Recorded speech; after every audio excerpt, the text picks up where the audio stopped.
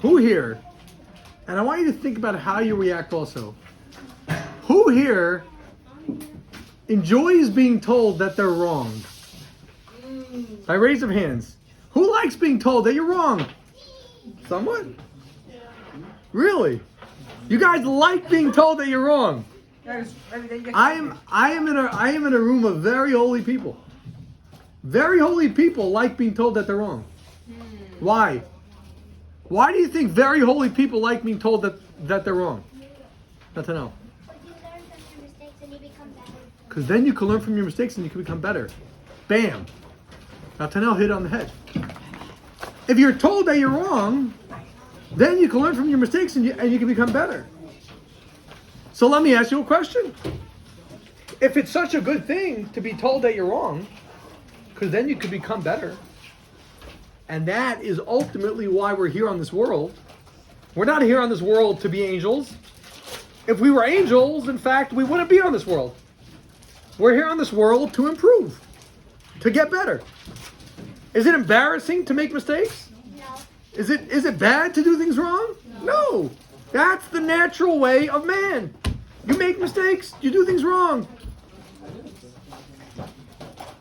So why is it that some people, obviously not in this room we have real tzaddikim, we have real righteous people who like being told that they're wrong. But why is it that so many people don't like being told that they're wrong? Why is it that so many people get upset when you tell them that they're wrong? Don't tell me I'm wrong. You're wrong. Don't tell me I'm wrong. I'll beat you up. Don't tell me I'm wrong.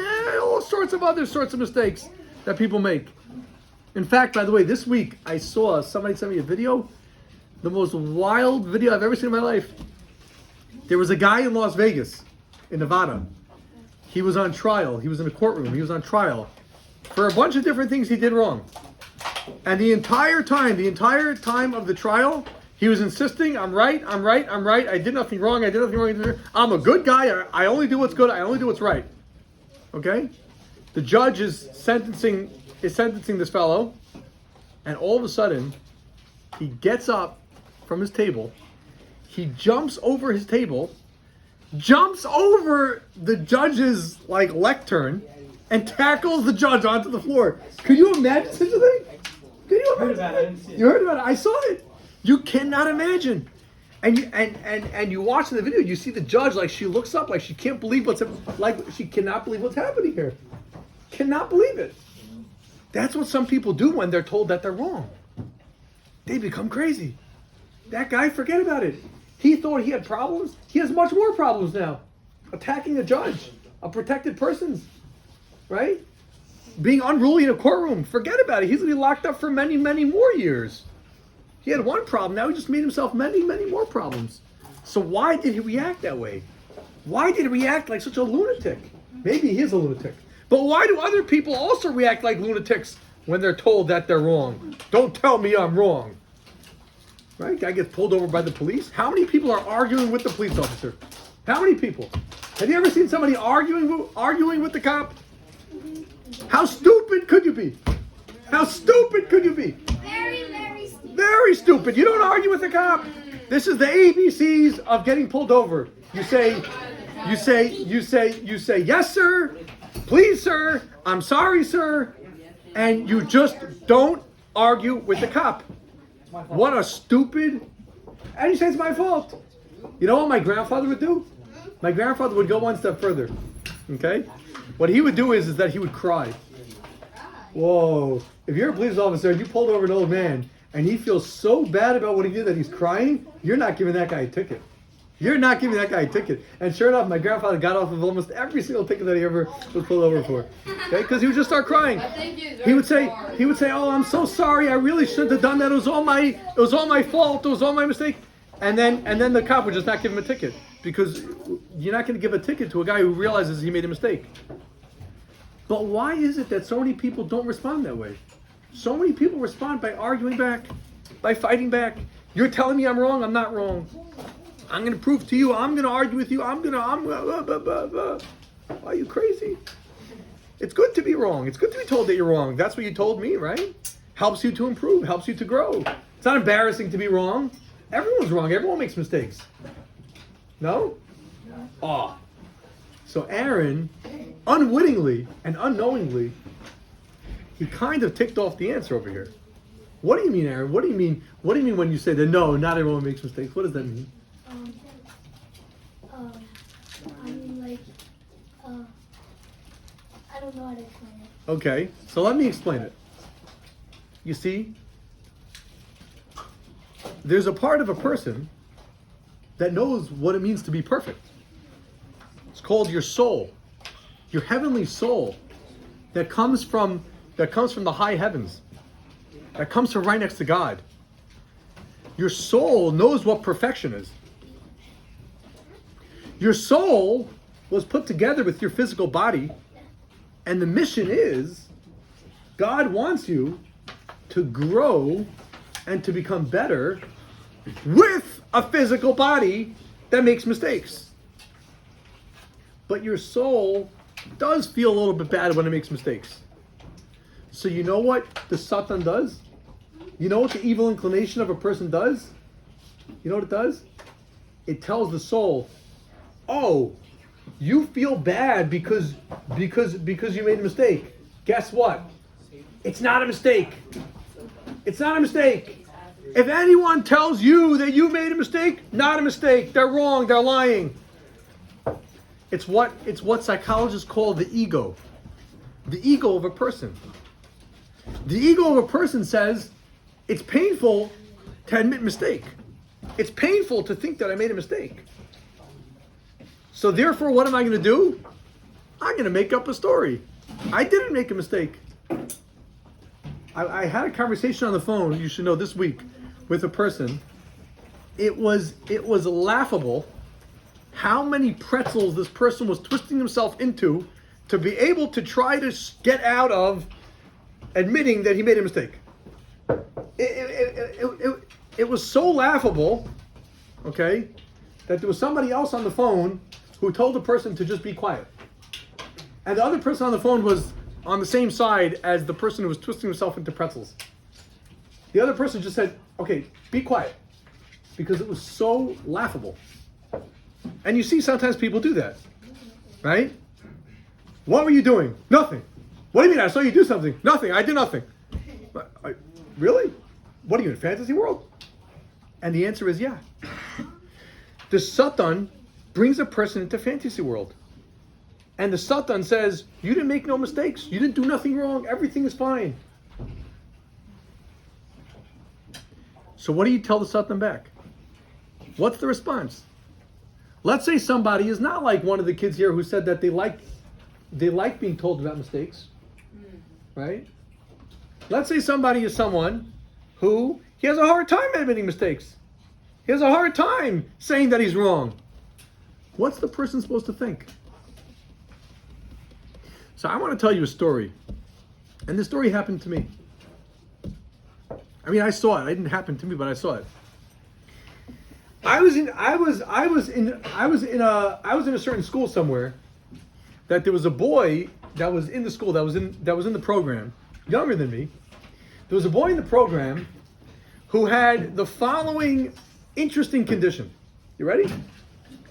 This person, he could never admit that he was dirty. He couldn't admit that he was dirty. He couldn't admit that his body dirtied things.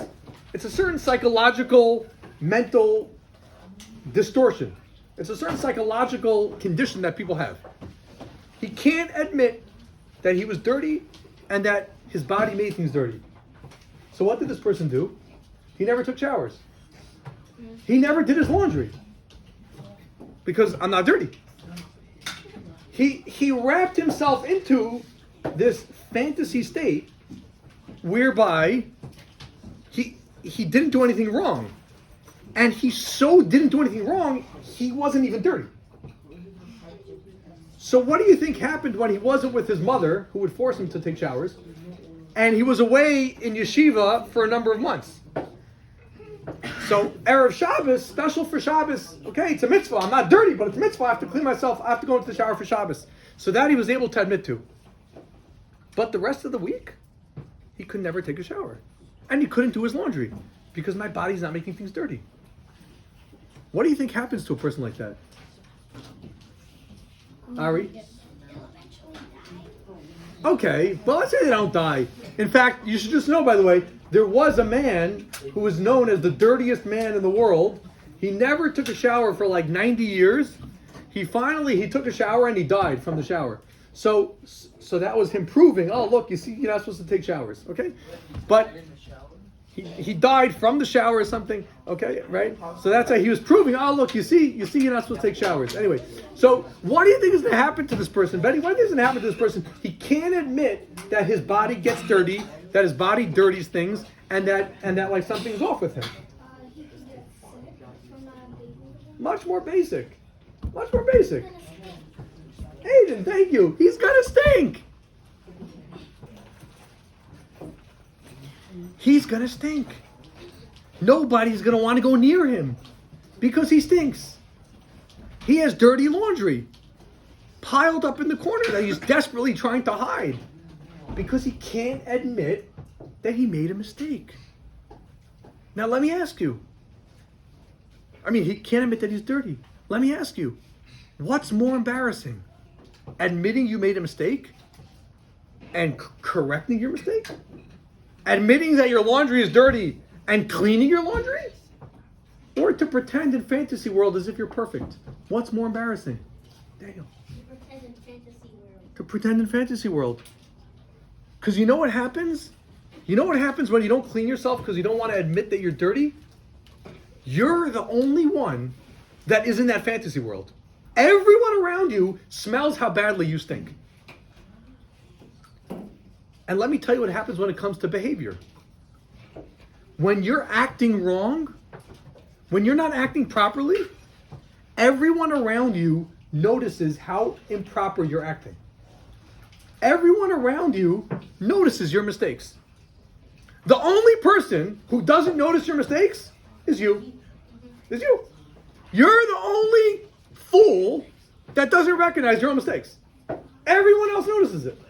And everyone else is laughing at you. They might not laugh outwardly because they might be polite, but inwardly, they're laughing at you. Look at this fool. He keeps bumbling on, making the stupidest mistakes in the world, and he can't imagine that he is making a mistake. Wow, look at him. You know what the Sefer Cheshbon Nefesh says? He says some people, this could be so bad by them, and I actually know someone who this happened to. He says it could be so bad by them that this person can have the worst voice in the world, and they can imagine in their own mind that they're an opera singer, and get up at opera performances to be able to sing. And I'll tell you, I saw this with my own eyes. It was amazing. A friend of mine, he made a concert, and he had Yaakov Shweki sing at the concert. Okay, Yaakov Shweki, top-notch singer. And because he was the one that made the concert, so he had another friend, a different guy, who he knew that this friend like holds of himself as like a good singer. So he brought him on stage to sing with Yaakov Shweki. And I was in the audience. I watched this. This guy who thought he has a good voice had a horrible voice.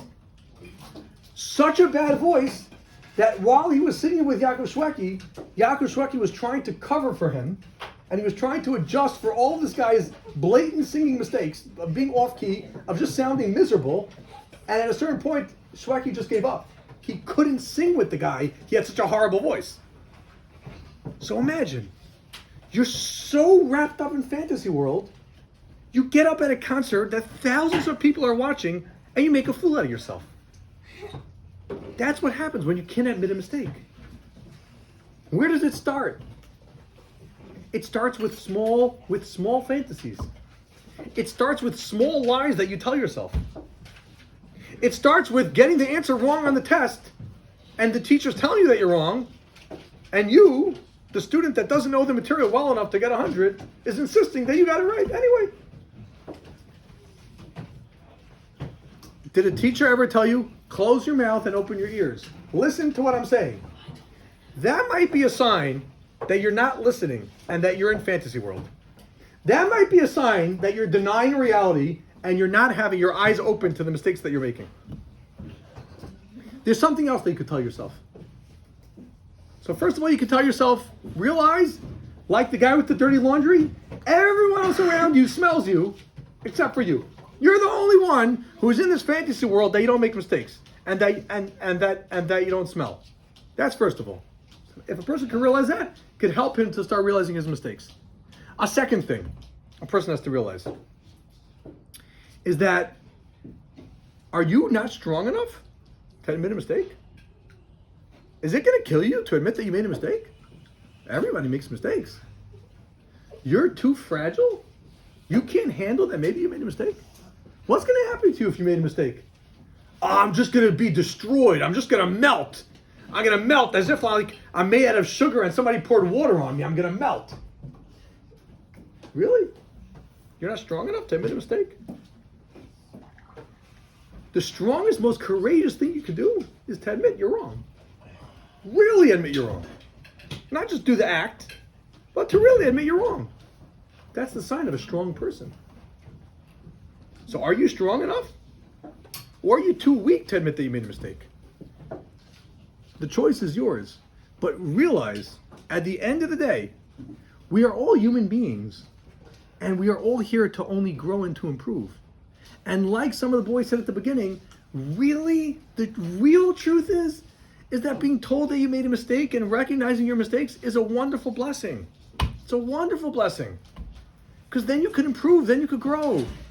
If you can't admit that you made a mistake, you're cooked, you're toast. You will never be able to get out of your low behavior that you're stuck in right now. The only way that you could is if you admit that you made a mistake. So whichever approach works for you, and they're both true. First of all, realizing everyone else recognizes your mistakes and your errors besides for you. And second of all, to realize that's what a real man does. A real man takes responsibility. A real man stands up and he takes, with courage, he takes control and takes responsibility for his behavior. That's what a real man does. But at the end of the day, it's all to be able to help you to become a better person. And that's the real goal of why we're here. Rebbe? Rafi, Oh, yeah. I'm visiting Bar Nefashos. All right.